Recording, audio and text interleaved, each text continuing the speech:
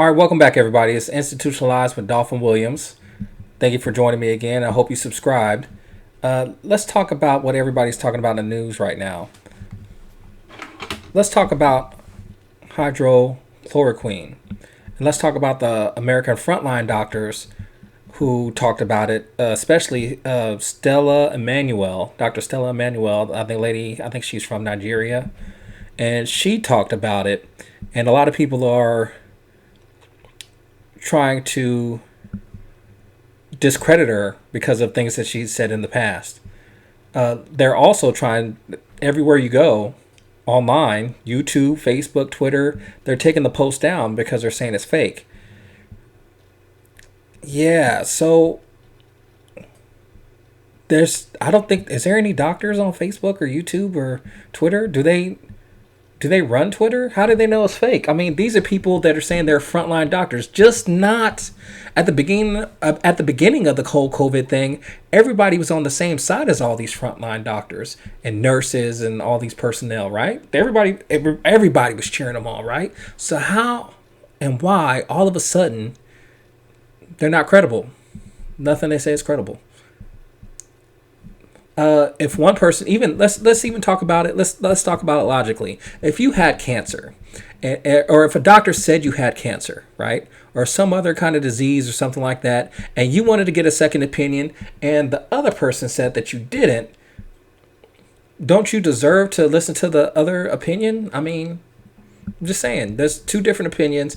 Everybody's been fed a lot of BS through the media.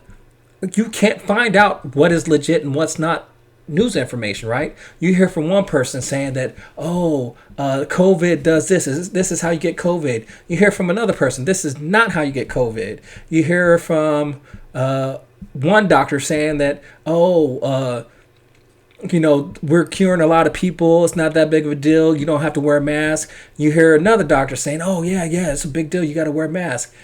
Remember at the beginning of the whole COVID thing, when they were talking about how you didn't have to wear a mask. They wanted to have the mask, the N95s for all the frontline workers. And you could just wear the cloth mask.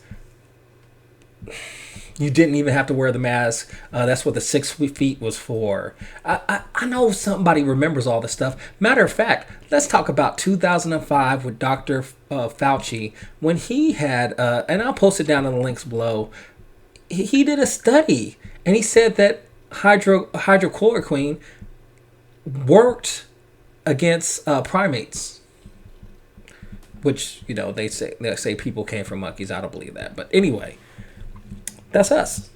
They say that it works on people.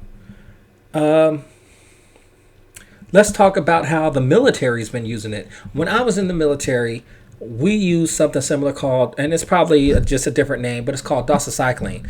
And it's a malaria pill. Now, although the pill that I was taking does have side effects, death was not one of those side effects. I would rather deal with headaches or whatever, itchy skin. I don't know. I didn't read them all, but I would rather deal with those than death. So, matter of fact, I got this pulled up right now. I'm going to read off some of the side effects of the hydrochloroquine, because keep in mind, when they say it doesn't work and they say it's been killing people, that's what people will say, that it kills people. These doctors, I don't know who's been doing it, but these doctors aren't keeping track of these people's vitals, because apparently you're not supposed to take it when you got heart issues or things of that sort, just like normal stuff, that you shouldn't take certain pills, right? Well, and Dr. Emanuel says this.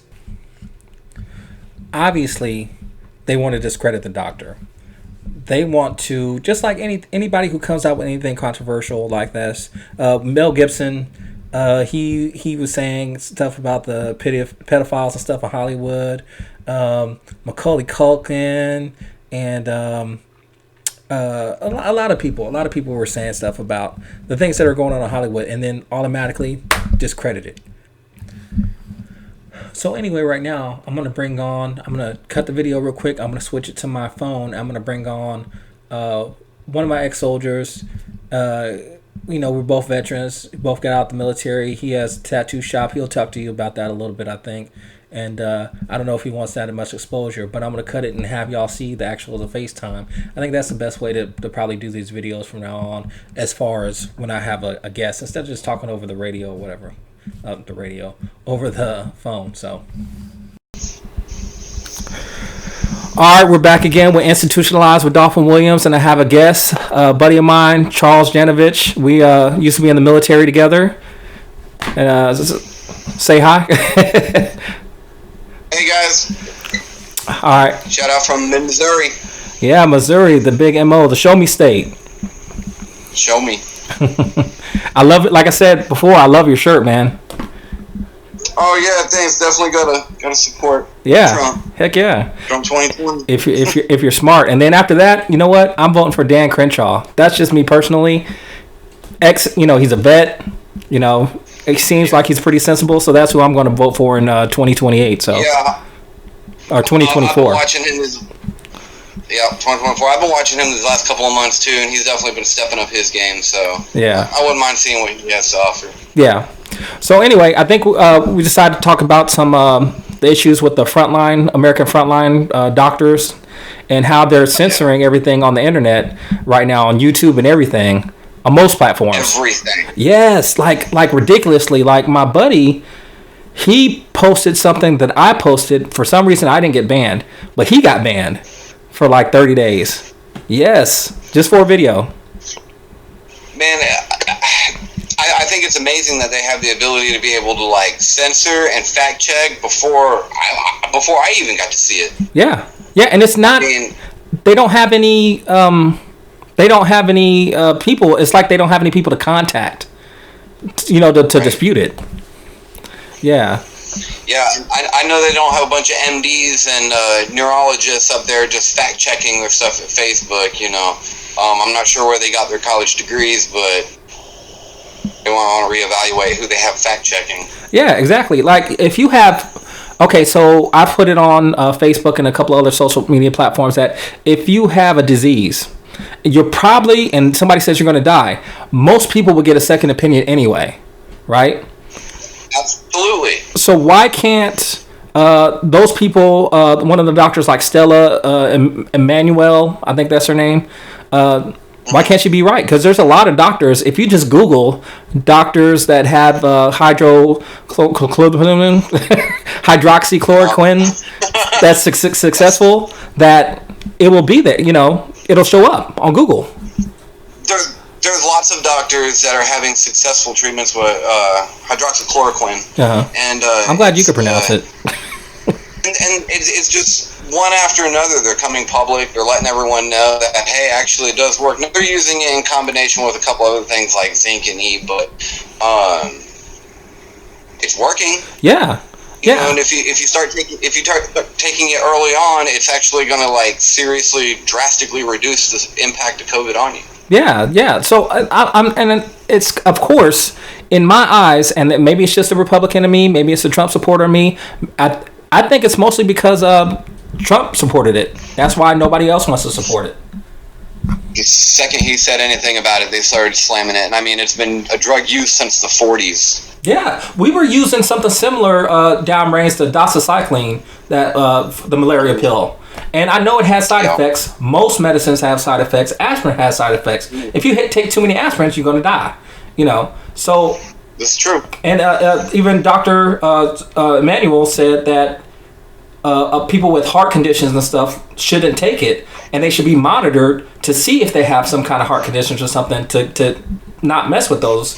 So I think I'm not going to say all of the people that have died because of taking it are. I'm not going to blame all the doctors. Sometimes there's something just goes wrong or whatever. Sometimes maybe the medicine just wasn't right for them. But I got to think it saves a lot more than it kills. If I get sick, that's what I'm taking. I mean, 350 people and she didn't have one death. I mean, she was treating everywhere from 80 plus years of age down to what I think her youngest client or her youngest patient was 7. Yeah, I think that's what she said. Yeah, I think I read that. But there's plenty of other doctors down in Austin, Texas, coming forward. You know, I wonder if they're going to be silenced and their videos and stuff going to be removed as well. Yeah, there was. You know what's surprising? Because you know how California is. I saw one. I think I posted on my Facebook that was from California, and he said it was successful. So I think a lot of more people are waking up, especially after all the censoring. I really don't see people can talk about her because you know she has some outlandish ideas. You know, that's whatever she wants to believe in her religion. You know, from being in the army, there's people who were Jedi. That was their religion.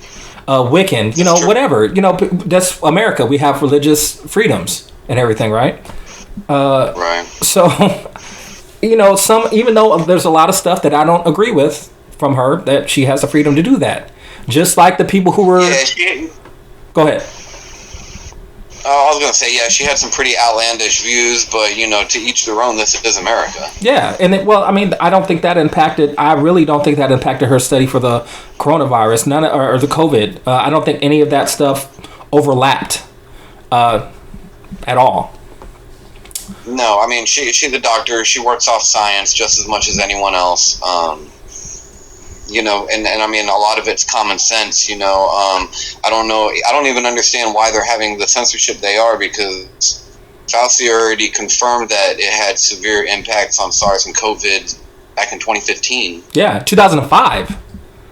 2005, I'm yeah. sorry. You were no, right. no, yeah. you good. Yeah, okay. So, I mean, but I guess he forgot all of a sudden. You know, somebody said, I haven't done the research, but I'm sure somebody watching this video can if they want to. Somebody said that he actually has money in the cure he's trying to promote, the vaccine he's trying to promote. He has money in there. So, and I can't believe a lot of people don't see that a lot of this is a money game, because obviously the people make more money for the treatment and not the cure. You always follow the money. Yes, follow the money. Leave the politics out of it. You always just follow the money. Yes. You know, I mean, that's the main reason we found out Soros was, you know, involved with a lot of the crazy that was going on. Yes, even with the Black Lives Matter, you check it and see where the money's getting funneled through. And now I just saw a post the other day. You know, you can't trust everything on Facebook, but saying that no, that's a different Black Lives Matter Foundation. That's not the actual group that's doing the protesting and stuff now. Yeah, well, that's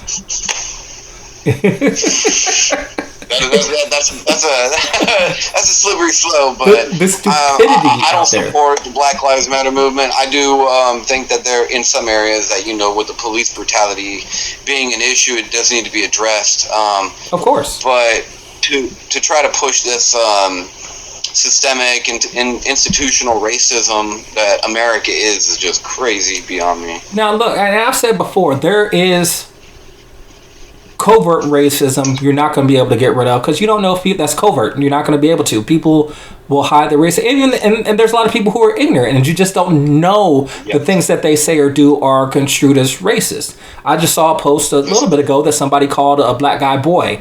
Now, some people are from the South and call people boy. I got it. But a lot of black males especially treat that as like a slavery term. This is true. Yeah. I didn't know that until actually I was in basic training, because I just wasn't exposed to a lot of like racial slurring growing up. My mom raised me right, you know. You don't use that type of language. There's a lot of things I didn't know. Yeah. But just to call anyone outside their name is just a matter of disrespect. So if you're going to disrespect somebody, there's no reason to. Well, but then again, it's just like your experience. I believe there's some people that just don't know, just generally don't know, and it's not their fault. Like, you have to give people sometimes the benefit of the doubt. Like, I always tell the story of some lady was talking about porch monkey or spirit chucker and stuff, had no idea that it was anything racial whatsoever. And as soon as I told her, I was like, hey, you know, that's a racist term. She switched it. She was like, oh my gosh, I'm so sorry and everything. I'm like, no, that's cool. Now you know. And It's no problem. Like, well, yeah, because I mean, if you didn't necessarily, if you weren't raised in a place that had a lot of segregation or racism going on, you are blindly. I mean, you're ignorant to it. You know, I was for a long time just on certain things because whenever I meet an individual, I judge them on their quality of character, not on their skin or anything so superficial. That's just how I was raised. So to be introduced to that at such a late stage in life, you know, it was humbling. Yeah. Oh, yeah, exactly. And that's one good thing I like about the Army is that a lot of people say that there's so much, and there's racism, because I don't know if you remember, but being careful how I say this, when we went on deployment and stuff, a lot of the Hispanic people protected the Hispanic people, a lot of the black people protected the black people, and a lot of the white people protected, so on and so forth. We had little cliques.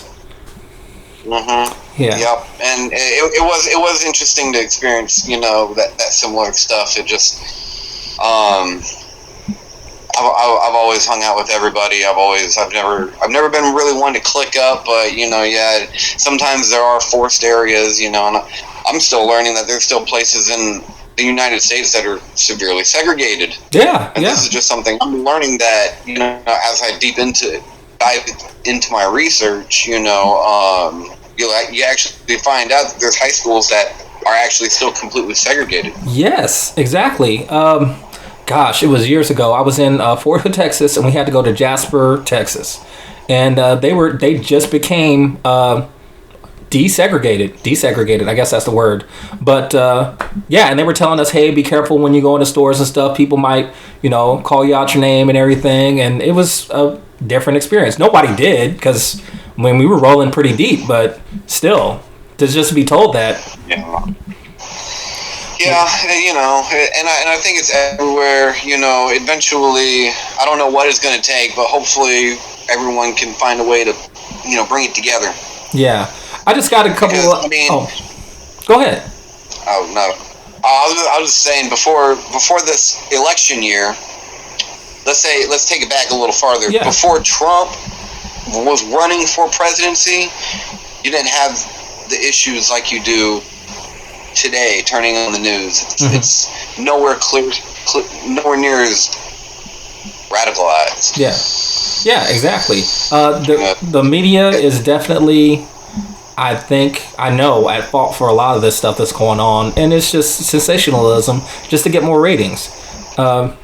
That's a fact. Anybody can see. Anybody should be able to see this stuff. People say they're woke, but they're not woke. Yeah, but no, they are far from it. Yeah. So I got a question about. I just got a couple more questions about. So I see a lot of stuff too. How people. It's hard to get over a lot of stuff when. Okay, so.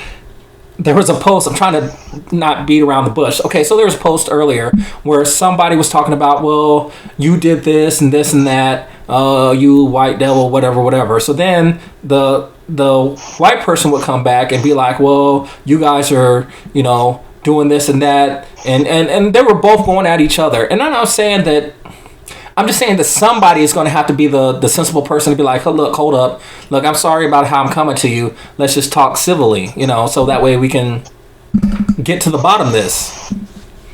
What do you think about that? I experience that radicalism every day.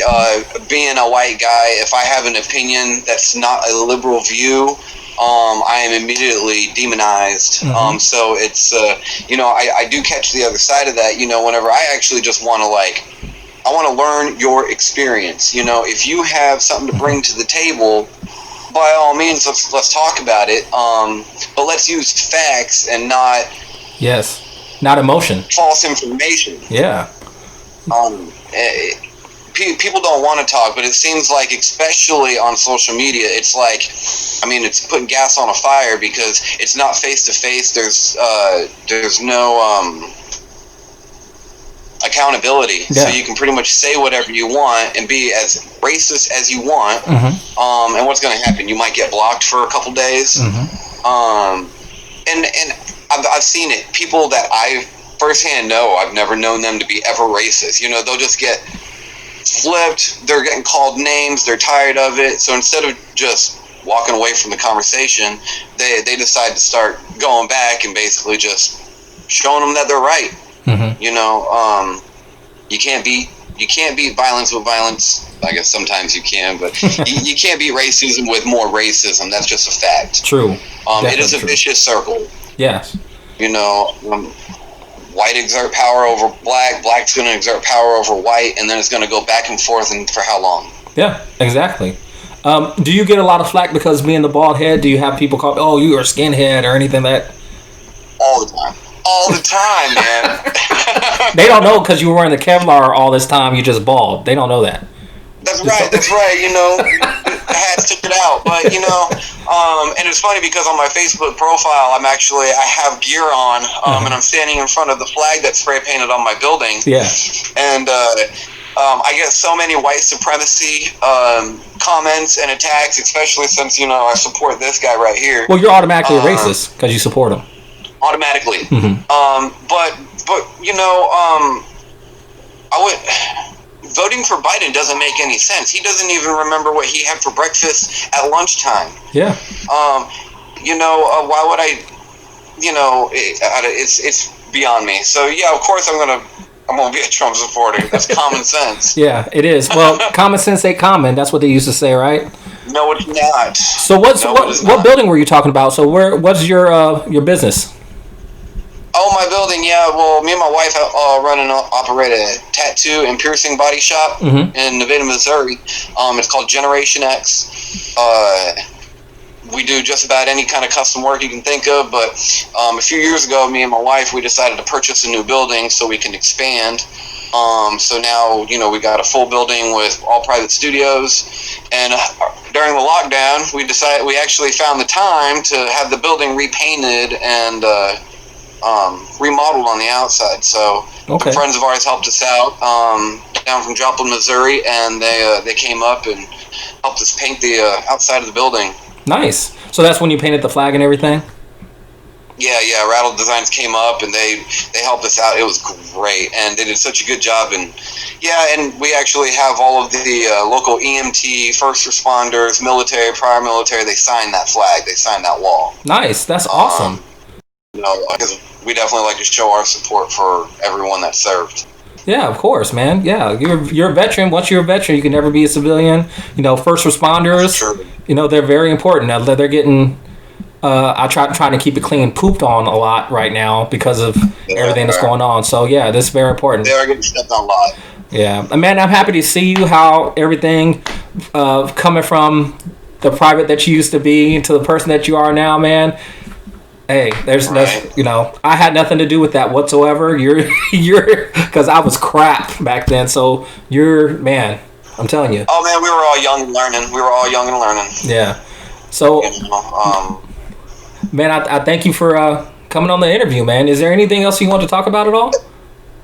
No, man. I definitely appreciate you having me on. I do want to say that people should really, you know, look into the information that they read on Facebook and other social media platforms, because most of it's not referenced. Most of it is satire, which is lies. Satire is lies. And it's blowing it up.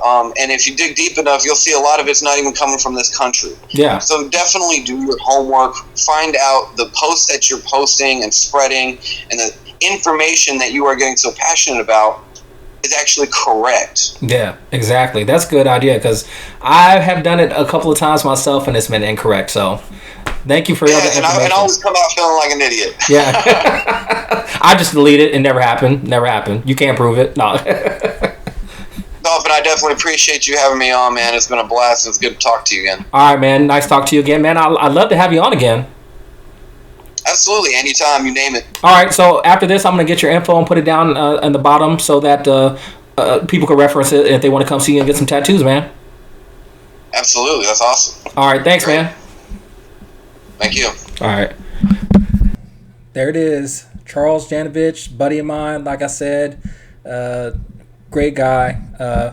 You know, he had some growing pains, whatever, in the Army when he first came in, but we all do. It's an adjustment thing that goes on. So I'm glad to have him on the show. I'm going to put his information down there at the bottom. It's a great Patriot show. Maybe I should have just called this Institutionalized with Dolphin Williams Patriot Edition. I think that's what I'll do. I think I'll put a little American flag or something in the background or something so y'all can see. Man, great episode. I love talking to him. We went a little bit over time than with everything, with the recording before and our interview and then this, but man, it was well worth it. I hope you guys like it. Please remember to subscribe. Where is it? Subscribe right there. See, I'm going to put it right there. And be sure to hit the bell so that way you know every time I post a new episode. And don't forget Cast Ascendancy. It's great. Cast Ascendancy is a great show, podcast. I'm on there every now and then. They have some great info. Oh my gosh, the last episode they had it was I think personally it was their best one. So you guys got to check it out. It was episode 4 of season 2. It's talking about the whole Tom Hanks and all the whole pedophile stuff going on right now. It's pretty crazy. They touched on a little bit of the Frontline American doctors as well. So check that out. Also check out Parlor. Parlor is great with the same price of a cup of coffee. That's all it is, and you're supporting it. Hey, just think about if you want to get into a thing, somebody supporting you for $1. That's not that bad at all. Stay tuned as well because Charles Janovich, who you just got through seeing on my show doing the interview, he's talking about doing a podcast or a YouTube too. So be sure to check that out. And sure, as soon as he comes out with it, I'll post it, let you guys know. Like I said, thank you for your subscribing. Thank you for the likes. Please leave comments if you want to see something else. And remember to free your mind.